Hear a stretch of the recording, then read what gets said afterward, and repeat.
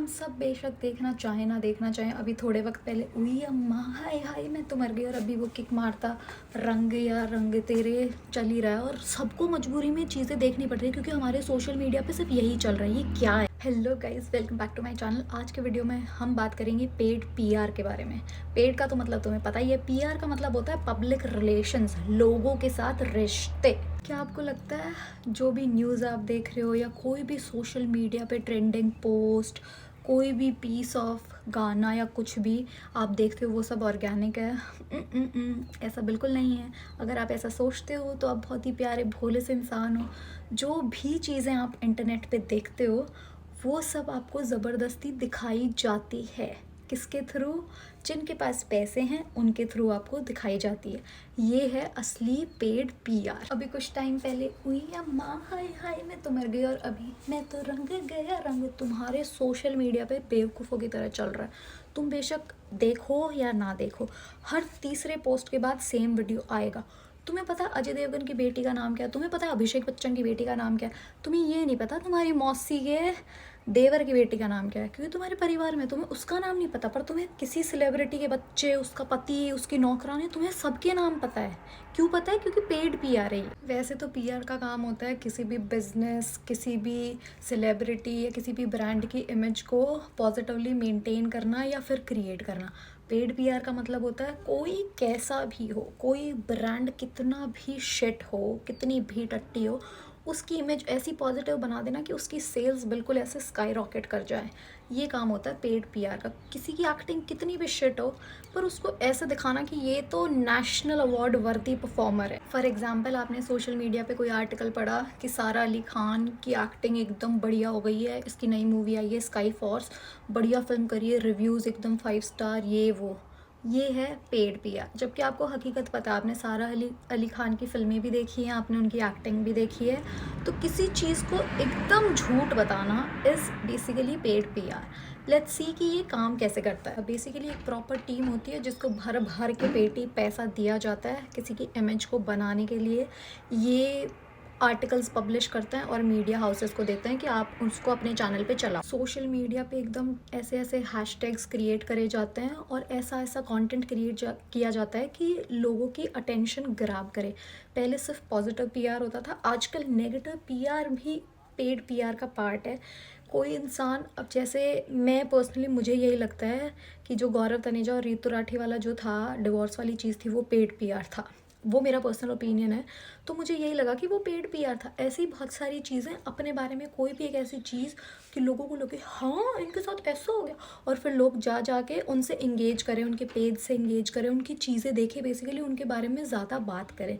तो ये हो गया नेगेटिव पीआर। पीआर तो पीआर होता है, पॉजिटिव और नेगेटिव। अगले की जेब में पैसा आना चाहिए, अगले को अटेंशन मिलनी चाहिए। इन लोगों को फ़र्क नहीं पड़ता आप इनके लिए बुरा बोलते हो, अच्छा बोलते हो। हम जैसे गरीब आदमी को बुरा लगता है अगर कोई उसके लिए बुरा बोलता है तो।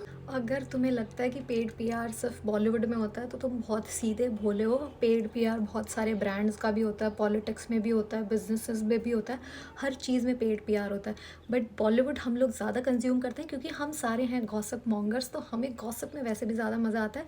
इसलिए हम बॉलीवुड का, हमें एविडेंट है, हमें पता है वो चीज़ कि बॉलीवुड में होता है। अब देख लो, आप किसी भी इंसान की कोई भी फिल्म रिलीज़ हो, पूरे साल वो इंसान गायब रहता है सोशल मीडिया से। तुम में से कोई वीर पहाड़िया को जानता भी नहीं होगा। इतने टाइम तक उनकी पहली फिल्म आई है, मैं जानती थी क्योंकि मैं तो चुगलखोर हूँ, मुझे गॉसिप में मज़ा आता है। मुझे पता है वो सारा अली खान का एक्स था, तो मुझे बहुत पहले से पता थी ये चीज़।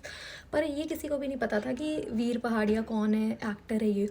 अब तुम उसके इंटरव्यू देखो, हर जगह ही is the most genuine person. एक एक्ट ऑफ काइंडनेस दिखा देंगे, बच्चों से प्यार से बात कर ली, गरीब से प्यार से बात कर ली, he is the most talent. तुम्हें अगर लगता है कि तुम्हारा फेवरेट सेलिब्रिटी अपने टैलेंट की वजह से फेमस है तो बेटा तुम बहुत भूले हो, ऐसा बिल्कुल भी नहीं।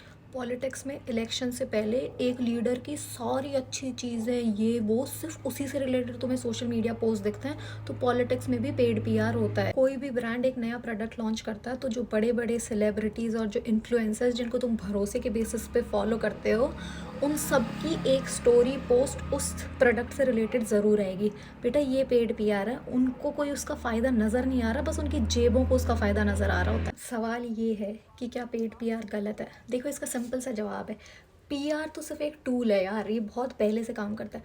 जैसे हर चीज़ के फ़ायदे होते हैं, हर चीज़ के नुकसान भी होते हैं। तो बेसिकली पेड पीआर को आप कैसे यूज़ करते हो उस पे डिपेंड करता है कि उसका मतलब वो अच्छा है, बुरा है या नहीं है।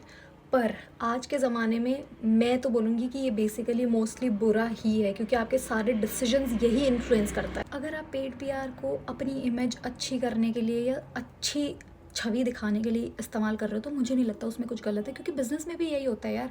आप अपनी इमेज अच्छी करना चाहते हो, आप आगे बढ़ने के लिए, तो उसमें कोई गलत बात नहीं। और वहीं पे आप पेड पीआर को यूज़ करते हो मिसलीडिंग इन्फॉर्मेशन लोगों तक पहुंचाने के लिए, गलत इन्फॉर्मेशन, वहाँ पे ये चीज़ बहुत गलत है। जैसे कि एक एक्टर अपनी अच्छी अच्छी बातें बता रहा है कहीं कि मेरा ये है, जेन्युइन चीज़ें बता रहा है, तो उसमें कुछ गलत नहीं है।